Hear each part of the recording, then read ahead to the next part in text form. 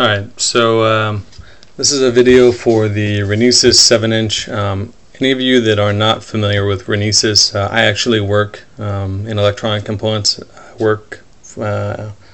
I buy and sell board level electronic components that get sold to manufacturers like IBM, Cisco, Dell, whatever. And Renesas is actually the #1 microcontroller manufacturer in the entire world. So just because you've never heard of them doesn't mean that that they're somebody that's it's some small fly-by-night operation making cheap dual-core CPUs for knockoff Chinese tablets. #1 in the world. They're actually an offshoot of Renesas or of NEC, which probably more of you have heard of, especially if you're older, because NEC used to make computers, and so they're a joint venture between NEC and somebody else that I can't think of right now. Anyways, just know that they are a massively large company that is one of the best in the world at making electronic components, and they make the CPU that goes inside of these tablets. What I wanted to show you about this, somebody mentioned that you can't find any reviews about the tablet that are not from the seller themselves. Like like they say all this amazing, wonderful stuff, and then you look below and it's a link to their sales page. So I wanted to put up another video in real time from some American white guy that lets you see the video, for what it is. There are no tricks. The reason why you can't find any or hardly any bad reviews about the tablet is because the tablet is amazing for the money. It's multi-touch, capacitive, dual-core, 512 memory, 512 megabits of RAM. It has a 4 gig NAND flash inside, 32 gigabyte expandable, and who knows how high that'll go. Maybe this time next year we'll be putting in our 1 terabyte micro SD cards. I have no idea. The way technology moves, it's kind of hard to keep up with. But HDMI port is one of the big things. People are asking about what's the point of that. Tablet's supposed to have portability. Well, of course it's supposed to have portability. That's why the 7-inch form factor is so successful. Just because it's easy to use, access the web, better screen viewing. I actually have a Samsung Captivate smartphone that has Android on it, custom ROM, overclocked, capacitive screen, and I love that phone to death. But at the same time, web browsing and playing games leaves quite a bit to be desired because of the screen size.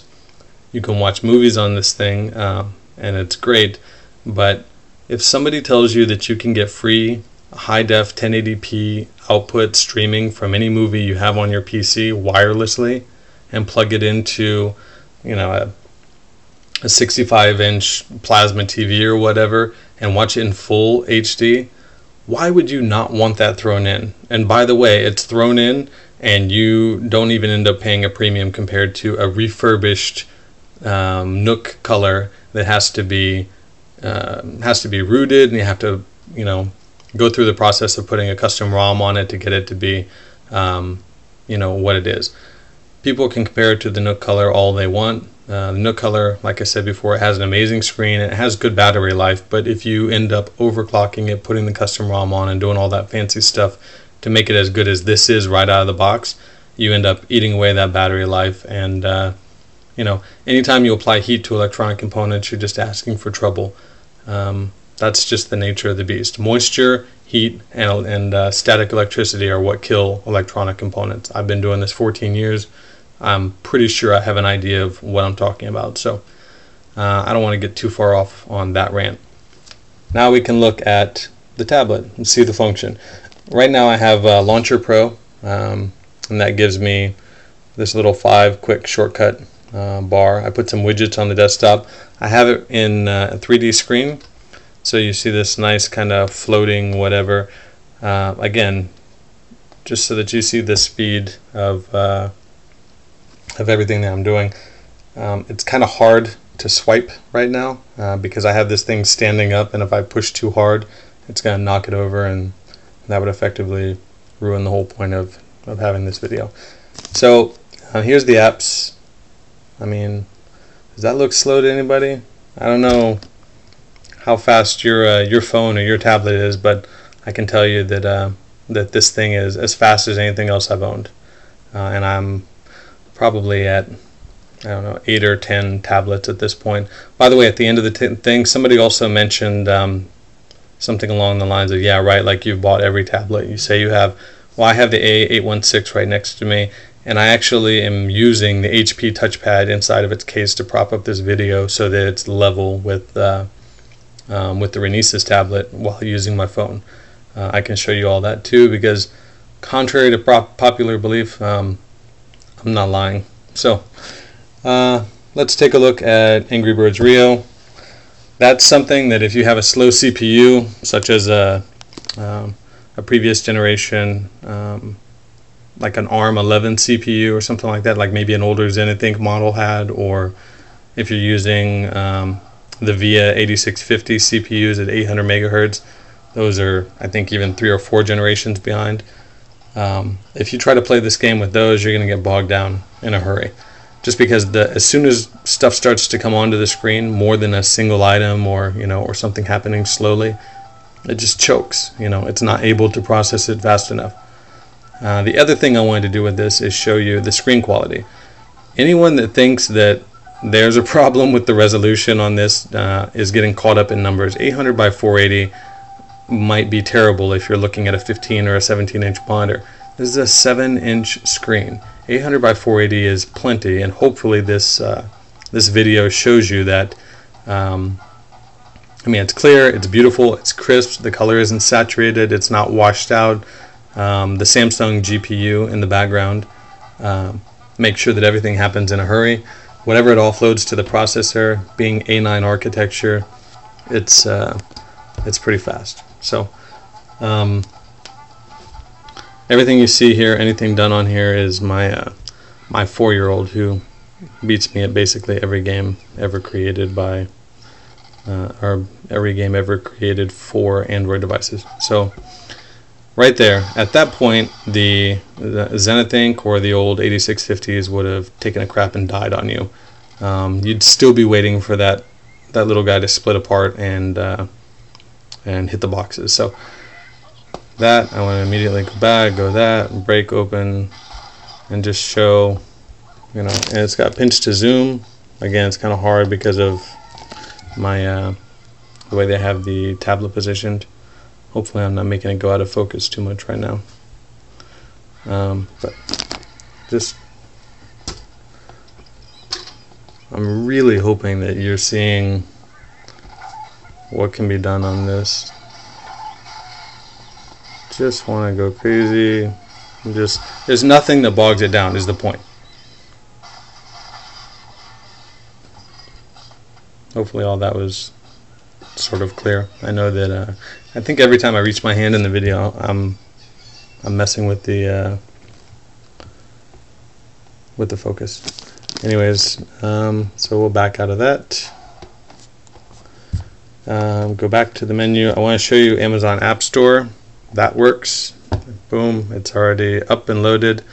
Amazon App Store is something that some other tablets are not compatible with. This thing works right out of the box. Go back to the menu, Google Android Market. That's the real market. Boom, it's loaded up already. And just to show you, not slow. Alright, so back out of that. We can go to, oh, right, somebody else said, yeah, but these cheap tablets, they're not able to render 3D video and whatever. I'm going to show you 3D video right now in beautiful, crisp, clear color. Another game that my 4-year-old kills me at, but this is going to be using the accelerometer. Hopefully the video picks this up. But you basically just drive the car by holding the screen, and I don't want to make any promises here. Like I said, my son is far better at this game than I am. Oops. Alright, so all you do is tilt to steer.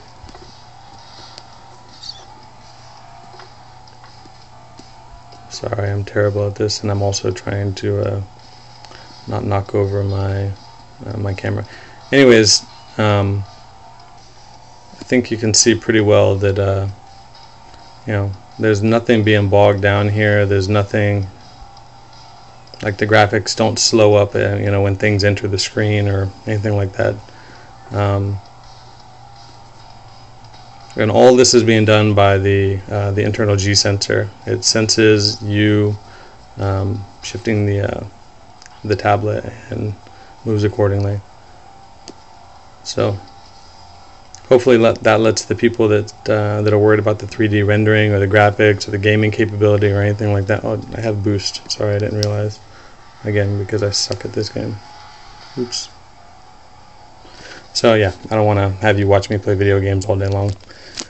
That's that. Oops. How do I go out? Did I do it? Okay. Alright, so I'm not sure if there's other things that people wanted to see about the video. If there are, feel free to post up.